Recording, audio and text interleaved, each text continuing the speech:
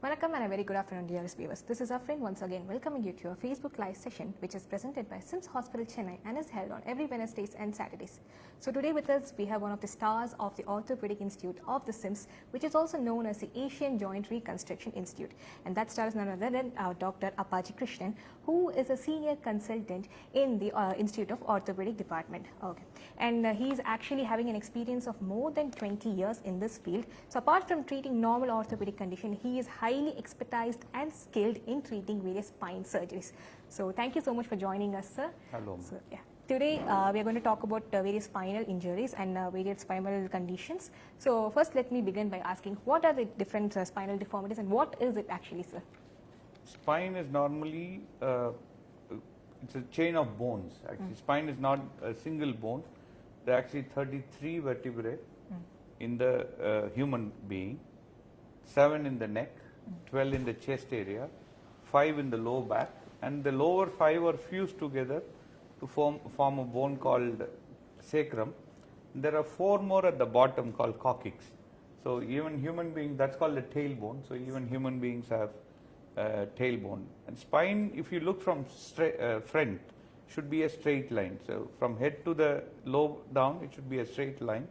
And if you look from the side, there are 3 curves, primary curves. One is a backward curve in the neck, a forward curve with the chest, again a backward curve in the low back, and a forward curve in the sacrum. So these are normal architecture of spine. If there is any alteration in this architecture, it's called deformed spine. Okay. So if you look from this front, and if there is a deviation than a straight line, it's called a curved spine or a scoliosis. Okay. And if you look from the side, and if this a backward bend of the spine in the neck becomes forward bended, it's called kyphosis. Even thorax, like if even in the chest cavity, if the spine becomes more bent, like a hunchback, it's called kyphosis. So if you have a more forward bending, it's called kyphosis. If you have more backward bending, it's called lordosis. Okay. So there is normal kyphosis, lordosis in human beings. Only animals in the world who have this, because other animals are all, the spine is in a horizontal shape to the earth, but only humans are bipedal. So they have to look up to see the front to have a horizontal gaze, so the neck became backward bent. So they have to stand erect. So the pelvis became tilted backward, so they developed the spine. Otherwise, if you were born as a child, the spine is like a C shape from the side. If you see, if there is alteration in this, this is called deformed spine. Okay, sir. So now you have very well explained it, sir. So now I want to know who are all usually prone for these spinal deformities? Yeah. So spinal deformity, as I said, if you look from the front and you have a curvature to the sideways, so it's called scoliosis. Scoliosis is seen mostly in children who are like in the growing age group, and second group is in the adult. The adult age group is mainly because of degeneration. If they develop wear and tear, because of wear and tear, they can develop hunchback or sideways bending. You could have seen older people losing height and becoming hunchback. That is degenerative. But in children, there are many causes of deformity. The most common is called for which we do not know the cause. So it's called idiopathic scoliosis. The second common is called congenital, where the baby is born with some deformity of the spinal vertebra, that the bone itself is not formed or formed half, or it is fused on one side. So the child grows in an abnormal way and there is a bend in the spine.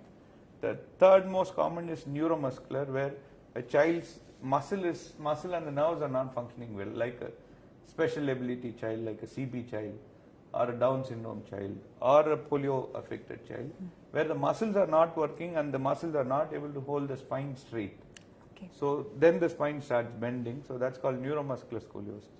Then there is a subset of another type of scoliosis comes because of syndromes, so affecting some other connective tissue in the body, like Ehlers-Danlos, even neurofibromatosis can cause scoliosis.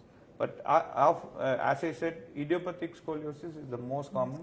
It's nearly 80% of the scoliosis is idiopathic in children. And children are the ones who are most affected by this problem. The adults, you don't see them. Adults is usually degenerative scoliosis. Okay, sir.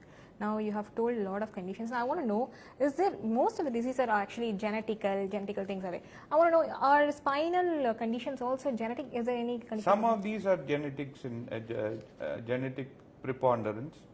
So even idiopathic scoliosis, they saw, like they did a study, so there were a higher incidence in twins. Okay. So there is a genetic preponderance, but as I said, idiopathic scoliosis, we do not know the cause. Even idiopathic scoliosis in the twins, it was more common. So we do not know whether genes are. But there are genetic conditions which can cause, like as I said, neurofibromatosis and Ehlers-Danlos syndrome, but those are slightly rarer. The most common cause is a congenital deformity, that is during the child formation in the uterus, in utero formation. So the bone formation itself lacks. So you would have seen children born with crooked feet. Yes. Like that, there are children who are born with crooked spine. Okay. And they are the ones which progress very rapidly, and then the deformity can become very ugly early in life. Idiopathic scoliosis do not come very rapidly, they grow slowly, and then it is very obvious and the child starts growing higher or taller, and then during the growth spurt it becomes very evident. So there are two growth spurts in children. One is in the early childhood, like 0 to 5, then 5 to 10 or 11 there is a slow growth. Then again for the girls it starts around 11, 12 to 15, for the boys around 13 to 18. So there's a huge growth spurt. So they suddenly achieve great height. That is the time you see that the scoliosis becomes very evident. Okay, sir. Since now you have mentioned about the gender, I want to know if there is any male they get higher deformities. Yeah, as I said, idiopathic scoliosis, there is a female preponderance, that is higher incidence in girl children. The ratio is nearly 10:1. Oh. So 10 girls, 1 boy. That is in idiopathic. But congenital neuromuscular, it's all the same. There is no difference in those. But in idiopathic scoliosis, for some reason, the girls are affected more. And 10:1 is the ratio. Okay, sir. So now, since the spine is being involved here, it is most prominently the shape, the figure will be seen, and that is how we diagnose it. So before we see any prominent changes in the spinal cord, is there other ways to diagnose it, sir? The idiopathic scoliosis is a painless condition. Okay. And it is the deformity which has to be noticed. Either the child notices that they are not able to sit in a proper way straight, or the parents will notice while giving bath as a younger child, or as the child wears a tighter clothes, people may notice some hunch in the back. Third commonest way of finding out is school. So the school children know that you are not looking correct.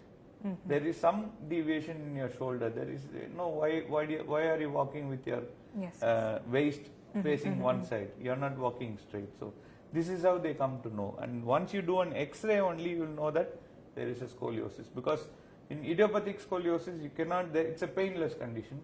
So it just keeps on progressing without you having any symptoms of it, except from external appearance. Okay. So if somebody sees you from outside, or you can see it by yourself that there is a deformity, that's when people come for an opinion to a doctor. Okay, sir. So now, when you have the spinal deformity, sir, does it affect any other organs or any other body functions about it? In some, like as I said, congenital, where there is malformation of vertebral bone. So see, the body is formed from a single cell, right? And then there is division, and these vertebrae are formed from certain group of cells which also form certain organs. So some of the congenital vertebral anomalies are associated with heart anomalies. Okay. They can have hernia, congenital hernia. They can have kidney issues also, like a horseshoe kidney. This is more common in congenital. Idiopathic scoliosis is not associated with any other. That's why it's called idiopathic. Okay. There is no other association with that. So in congenital, yes, heart, we usually have a VSD called ventral septal defect. There is a hole in the heart. The kidney can become a single kidney, like a horseshoe kidney. They can have congenital hernia also. Is there any restriction in the movements or any body movements and also? As they grow and the deformity becomes bigger than normal, like there is an allowed allowance, right? There is, nobody is perfect. So there is something where you allow, where the body tries to adjust to those deformities, but Once it becomes more, then there is a disability, yes. Okay. So they cannot have their balance. So one, their shoulder starts stooping to one side. Their trunk can go on, so they can have an imbalance. So and they can stand with a very like sideways stance instead of a straight stance. Yeah. Okay, sir. So what are the treatment available or treatment options? See, once they see a deformity, once they come to usually they go to a surgeon. Most commonly, they go to an orthopedic surgeon or a neurosurgeon. So most of the time, you have to do an X-ray. The X-ray will show that the spine is bent. Then you will know whether there is a congenital problem, like if there is any bone which is not formed well. So that means you categorize them into congenital deformity. Then you have to see if there is no other problem, then it becomes idiopathic scoliosis. What we have to do after seeing that X-ray is, you have to do a long X-ray from the head to the pelvis. Very few centers do it in India, but you have to do a long X-ray to see whether your head and your hip, the waist is in the same line, and how crooked the spine is, and you have to measure which is more. So the measurements determine what is the treatment plan. Okay. So in congenital scoliosis, the problem is if the child comes quite early, and even if there is an insignificant scoliosis, we have to see how much growth is left, potential. We call it growth potential. So if growth potential is enormous, then you have to treat them very early in congenital scoliosis. In idiopathic scoliosis, what happens is if the growth potential is there, so you measure growth potential by seeing their waist bone and seeing their bone formation in their hands. So how many bones are forming? So the skeletal maturity we call. So if they are skeletally immature and the curve is significant, they will require treatment immediately. If they are skeletally mature, like they have finished their growth, then the curve is not so significant, then we don't have to do any treatment. So what we do commonly in the world, like spine surgeons, scoliosis, as I said, is operated by specifically trained spine surgeons. So it's not done by regular orthopedic or neurosurgeons, so it has to be operated by specifically trained spine surgeons. So the issue is we have to assess the magnitude, the severity of the curve. So if the curve is less than 20 degrees in any child, we just say you just come for a follow-up after 1 year, we will assess. If the curve is between 20 and 40 degrees, that is or 20 to 40 degrees, we say you come every 6 months to assess if it is increasing. These two are more important, that it should be correlated with skeletal maturity, as I said. So if the child does not finish the growth, they will bend more. If the child has already finished the growth, they will not bend anymore. So the severity of the curve depends on their maturity. So once they are skeletally mature, then they hardly bend more than 10-15 degrees in their entire lifetime. If they are skeletally mature, so you can just leave them if they are less than 30 degrees. So if the curve is beyond 30 degrees, we say then we have to treat it. So treatment depends on, as I said, if it is 30 to 50 degrees. Anything beyond 50 degree, you cannot do anything other than surgery. Okay. So if the curve goes beyond 50 degree in a child, even if the skeletally mature child, we say surgery is the option. If it is higher in the chest, surgery is a must. Lower in the chest or in the abdominal area, then the decision comes from the child and the parents, like the child wants to be straight, right? So it's like a cosmetic thing.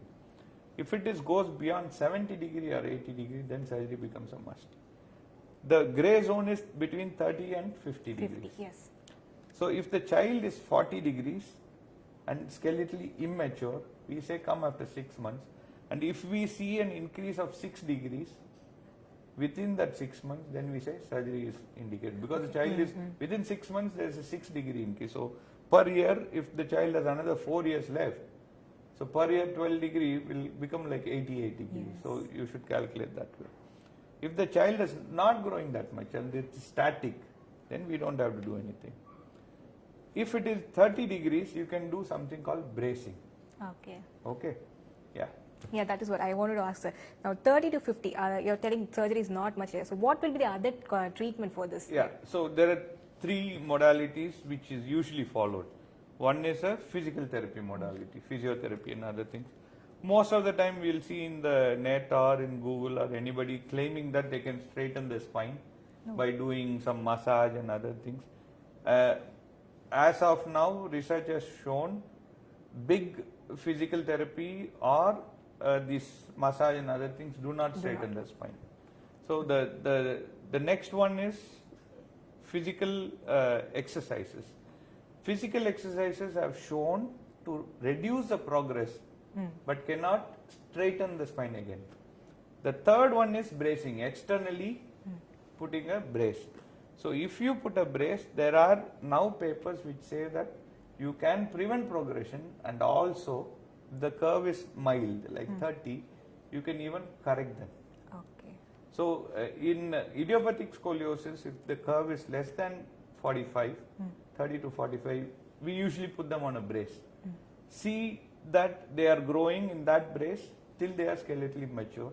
And if you are able to maintain it 30 and leave them, you don't have to do a surgery for them. Now, this brace you're mentioning, sir, how is it and how does it work? Yeah, actually? the brace is a specifically made brace. It's not like ready-made. So every child, the brace has to be made to that child's particular size and to the particular curve pattern. So the brace has to be made at the center where she is going to be treated, or she or he is going to be treated. So the brace is specifically made for that child, and then the child has to wear the brace for more than 18 hours per day. Oh, okay. So the child is allowed to remove the brace only for 2 hours in the morning for morning routine, then 2 or 3 hours in the evening to go and play. Okay. So that's it. Other than that, the child has to wear the brace. But as I said, the bracing has now been proven as effective in the curves lesser than 45 degrees to even correct deformity. Okay, so now this brace actually, how do we fix it to the body and how is it? No, it's a removable brace. Okay, it's a removable. We call it total contact brace. It's made with a mold. Lightweight plastic mold with a tape which attaches to the front. So if the child is bent on it's like a waist. It's something like a corset. Yes, corset. The old ladies, like the Victorian corset, they used to say. So something similar. So you have belts which pull your spine. So if you have right-sided bend, so you have a belt which will pull it. Okay. So you have one belt which will push your shoulder this side, one belt at the curve, and there will be pads to correct the rotation. So that is as I said, that has to be specifically made for that child. So there's no ready-made brace available. When wearing this brace, will the child experience any sort of pain or anything, sir? That is the commonest problem we face, what we call as compliance. So the child actually throws out the brace. Because two things. In our country, the issue is the warmth, the heat. Second thing is it's a rigid brace, right? Yeah. The child cannot bend, lot of restrictions, do things. yeah. So lots of restrictions. So most often it's the compliance which is an issue. But if you can convince a child that they can avoid surgery, brace is effective if it is between 30 and 40 degree curve. Okay. Now coming to the surgery part, what are the surgeries available, sir? Like how will we correct it? So as I said, surgery is indicated if the curve is beyond 50 degree, skeletally immature 100%, skeletally mature 50 to 70 degrees 100%. So surgery is done for two things. One is correction of the deformity. Second one is to prevent progression of the deformity. So these are the two indications for any treatment, right? So if you are going to treat deformity, so you have to correct the deformity, to maintain the correction, and to prevent further progression. So these are the three main things of treatment. What we do is, most often now, we used to do many surgeries previously when the main problem, as I said, is ignorance of the patients and the parents, that surgery will be postponed to a very late stage. When they will come with a very high degree curve, that time we used to do very big surgeries. Like we will do 2-stage, 3-stage surgeries. Nowadays, if the children come within that 50, 60 degrees or 70 degrees curve, you can make them almost straight by an incision, midline scar in the back, but we will use screws fixed to the bone in the vertebra and then derotate every vertebra and then make the curve straight. That portion of the spine which is fixed will be also fused. That means they will be made into a single bone so that it will not progress or deform further. There is another method now which is newly available. It's a controversial method. We do it from the front where if the curve is much milder, 30, and the child still has growth potential, we use something called tethering. So here we don't fuse the child. So we put from the front, we put screws into the vertebral body and we tie them like a rope instead of a rod which will be behind. So the behind the surgery becomes stiff. Okay. But here it gives flexibility still. So the child can, after 2-3 months, can go back to sports, dancing and other things. But it's still not widely accepted as a treatment, but some of us still keep doing it. It's called non-fusion scoliosis correction. But it's only there for last 5-6 years. So it's still not caught up. But the gold standard treatment is surgery from the back through the midline. A single line will be seen from outside. So we'll fix multiple screws into the bone and then correct the spine. Okay, sir. Actually, all this actually looks a bit scary, to be honest. Yeah, the surgery itself, I mean, if somebody goes and sees a surgery, it's a very big surgery. Yes. It takes a while. But the surgery now has become very safe. Previously the problem used to be anesthesia. Now we have set protocols, so anesthesia is very safe. The second most problem will be the fixation. So the screws. Now we have titanium, very well made screws which are like you can put it in. Third problem is how to put in the screws. So now we have navigation, freehand techniques. If like an experienced surgeon can put it freehand. Some younger people may require navigation, or they can even use robotic fixation. The fourth important thing is to prevent damage to the spinal cord. So what we have now is something called intraoperative neuromonitoring, where when we do the surgery, during surgery itself, we keep checking whether the spinal cord is functioning normally or not. Okay. So we'll attach some leads in the head, and then we'll keep testing the muscles in the leg. So if the child head, if we stimulate the brain, it should be picked up in the leg. So if the spinal cord gets damaged, so that will be lost. So that is called the intraoperative neuromonitoring. So we use that also during these surgeries. So it's become nearly like 100% safe surgery. Oh, it may look very big and very grotesque, as you said, but it's a very safe surgery nowadays, done in a good experienced center, with all these facilities. Yes, but since most of the major surgeries, they do have some, side effects, after effects actually. So what are the after effects that people usually face? In children, as I said, they take up to surgery very well. Actually, it's the parents who are more worried. The children actually come out in flying colors. So they accept surgery very well. They come out of surgery also very well. The most common complication which we see is infection, like in any other surgery. But if, as I said, if you take due process, if you follow due process and take precautions, infection is almost nil. Second most common complication is injury to the spinal cord. And as I said, the newer techniques, last 15-20 years, we have not had such grotesque complications in any of those scoliosis surgeries. And third one is blood related. Because this is a bigger surgery, some patients may require blood transfusion. So that blood related complications can come. Otherwise, because they are growing children, they take up the surgery very well. They are actually okay after the surgery. The parents are more worried than the children. That's so true, sir. Okay, now we have spoken a lot about the children spinal deformities. Just a few words about the adult. So adult deformity is actually a different ball game. So adult deformity causes more of imbalance. So they will know that they are stooping.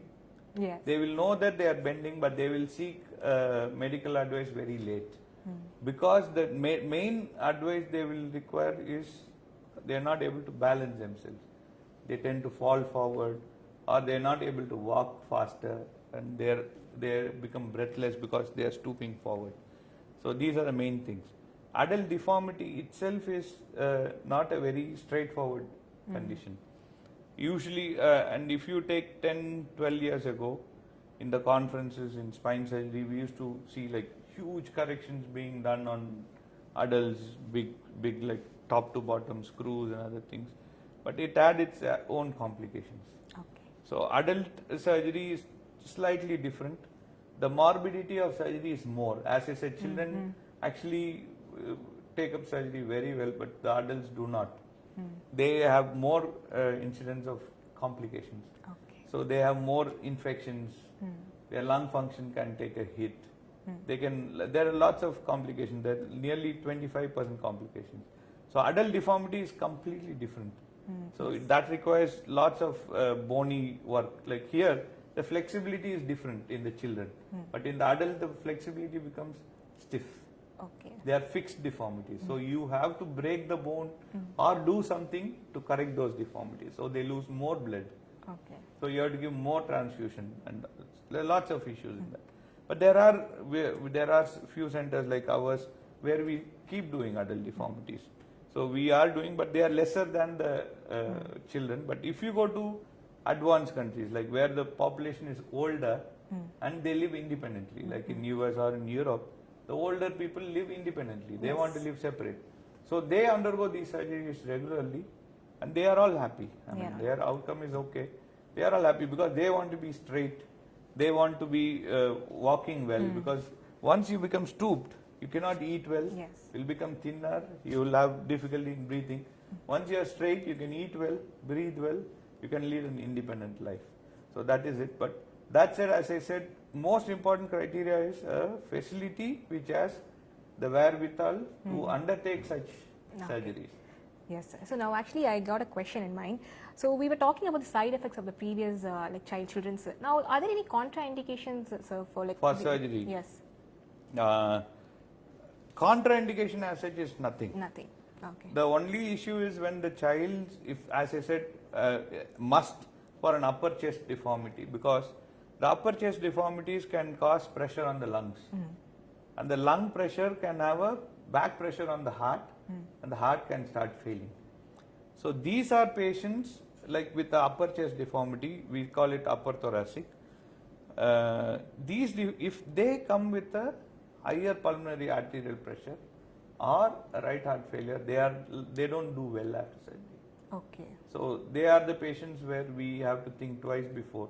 That's why we say the knowledge about scoliosis is more important. The question which you should have asked is which age should they undergo surgery, right? Yes. Yeah. So that's what. So most of the misguided parents have these three things in their hand. One is that you have to wait till skeletal maturity for surgery. Yes. As I said, no. Skeletal immaturity is major risk for progression. Okay. So you have to operate before. Second one is you have to wait till the age of some 18 or 20 to operate. No, should not. And that there is some other way of treating a curve which is 70-80 degree. No, there is no other way of treating a curve. And if people are aware of these things, if they are not ignorant and aware of these things and then seek, you can prevent these upper thoracic deformities, which can lead to a cor pulmonale, that's right heart failure, which can lead to even death in children. Most of these people with an upper thoracic deformity do not survive beyond 30 years of age because of the lung pressure. So if they are aware that at like age of 12 or 13, you saw a 30-40 degree curve or 50 degree curve, you operate that time, then the child would have survived. Okay, sir. That was really good, sir. Now, coming to the adult section. So, mostly these adult deformities, they are acquired, right, during their lifetime? Yeah, it's a degenerative. Degenerative, sir. Some of them can be a neglected childhood deformity. As I said, if you have seen a child at like 30 degrees and said no required, no surgery is required, and then the child grows on to live till adulthood. And as I said, the curve may progress 15 degrees in their lifetime. If it becomes 45 degrees at the age of 50, 60, with degeneration, the curve will become much more. they will come back with deformity, pain and other Yes. things. Yeah, it can be a neglected childhood deformity or an acquired degenerative, that Okay. is by wear and tear. Okay, so now my final question is that can you just give us a few tips on how to prevent these spinal deformities? Actually, for children, I don't think it is much possible, but for maybe for adults. For adults, yes. Yes. Adults maintaining posture, doing proper exercises, Yes. coordination exercises, maintaining flexibility of the spine. These are very, very important. So avoid stooping, avoid looking into your phone, avoid sleeping and watching TV. Don't sit properly in a chair with proper back support, straightened up. Do not stoop. Second one is a degenerative process. The degeneration is something which we cannot prevent, right? Yes. I have to from age of 40 become 50, from 50 to 60. I cannot reverse it. So it will progress, degeneration. But how active you are, how active you keep the muscles will prevent the deformity. And in this also there are anything like predominantly in female, male, No, nothing like that? degenerative can come for Come in anybody. any- But again, in our population, we are seeing more in ladies because they become more and more inactive Inactive. as they become slightly older. Okay. So now, since you have mentioned ladies, sir, I want to know, ask this important question. Does this pregnancy and all get involved in any of this No. spinal? Nothing. No. Nothing. Because Pregnancy has idiopathic scoliosis or anything. Even girls with some degree of scoliosis have become pregnant and given birth to children. Yes. And scoliosis, parents do not give birth to scoliotic children. As I Yes, said, yes, genetics yes. is not Okay. so you don't have to bother about it. Pregnancy is not a contraindication. Yeah, Also. there's nothing related to it. Yeah. Okay, fine. So thank you so much, sir. Now that was such a very informative session. Actually, people used to say that don't hum, don't hum. It was, we were thinking, okay, it's for namesake, but that can lead to multiple diseases actually. Thank you so much, sir, for such informative session. And next week we'll meet up with more information from more different doctors. Thank you so much. Welcome. Thanks.